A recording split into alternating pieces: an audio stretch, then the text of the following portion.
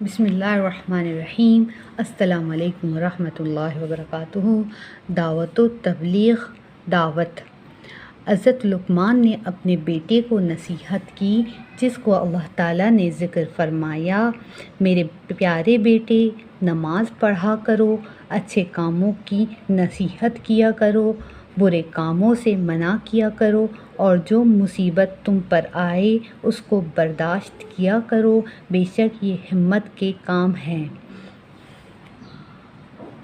بنی اسرائیل کو ہفتے کے دن مچھلی کے شکار سے منع کیا گیا تھا۔ کچھ لوگوں نے اس حکم پر عمل کیا، کچھ لوگوں نے نافرمانی کی، اور جو کچھ لوگوں نے نافرمانیوں کو نصیحت کی، اس واقعے کو ان آیات میں بیان کیا گیا ہے۔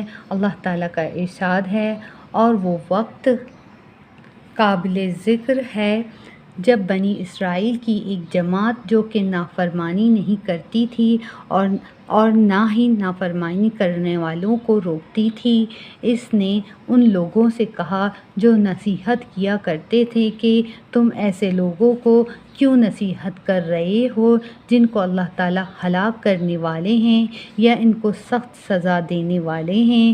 اس پر نصیحت کرنے والوں نے جواب دیا کہ ہم اس لیے نصیحت کر رہے ہیں تاکہ تمہارے اور اپنے رب کے سامنے اپنی ذمہ داری سے سبکدوش ہو سکیں، یعنی اللہ تعالیٰ کے سامنے یہ کہہ سکیں کہ اے اللہ، ہم نے تو کہا تھا مگر انہوں نے نہ سنا، ہم معذور ہیں، اور اس امید پر بھی کہ شاید یہ باز آ جائیں اور ہفتے کے دن شکار کرنا چھوڑ دیں۔ پھر جب ان لوگوں نے اس حکم کو چھوڑ ہی رکھا جس حکم پر عمل کرنے کی ان کو نصیحت کی جاتی رہی، تو ہم نے ان لوگوں کو تو بچا لیا جو اس برے کام سے منع کیا کرتے تھے، اور نافرمانوں کو نافرمانی کی وجہ سے جو وہ کیا کرتے تھے شدید عذاب میں مبتلا کر دیا۔ احراف کی روایت۔ اللہ تعالیٰ کا ارشاد ہے، جو قومیں تم سے پہلے ہلاک ہو چکی ہیں، ان میں ایسے سمجھدار لوگ کیوں نہ ہوئے جو لوگوں کو ملک میں فساد پھیلانے سے منع کرتے۔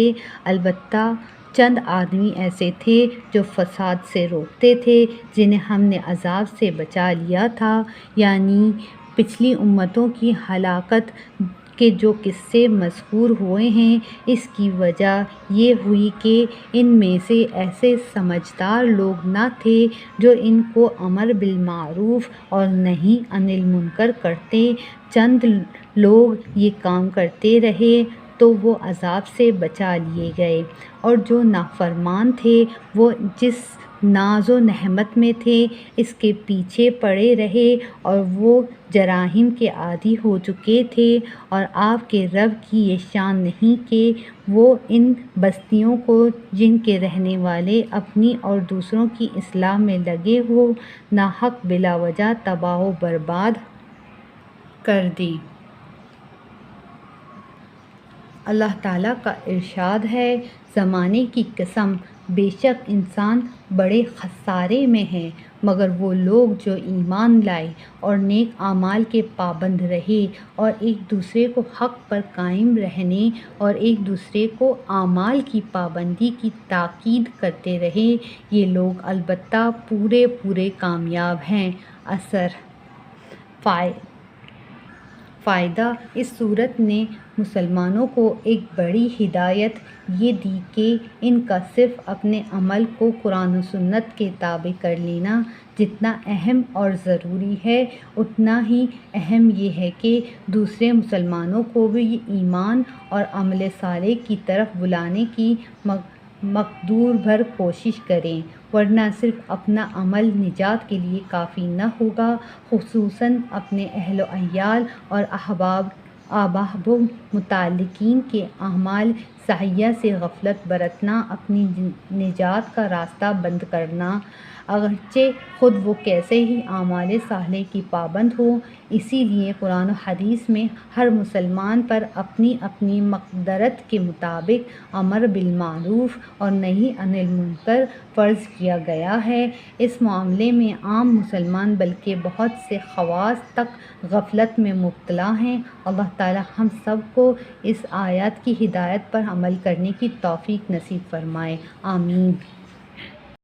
اگر آپ کو آج کی یہ تعلیم اچھی لگی اور اس میں کچھ سیکھنے کا موقع ملا تو اپنے دوستوں، عزیزوں اور رشتہ داروں میں زیادہ سے زیادہ شیئر کریں تاکہ آپ کے لیے اور ہمارے لیے یہ صدقہ جاریہ بن سکے، اور اس چینل کو سبسکرائب ضرور کیجیے۔ شکریہ۔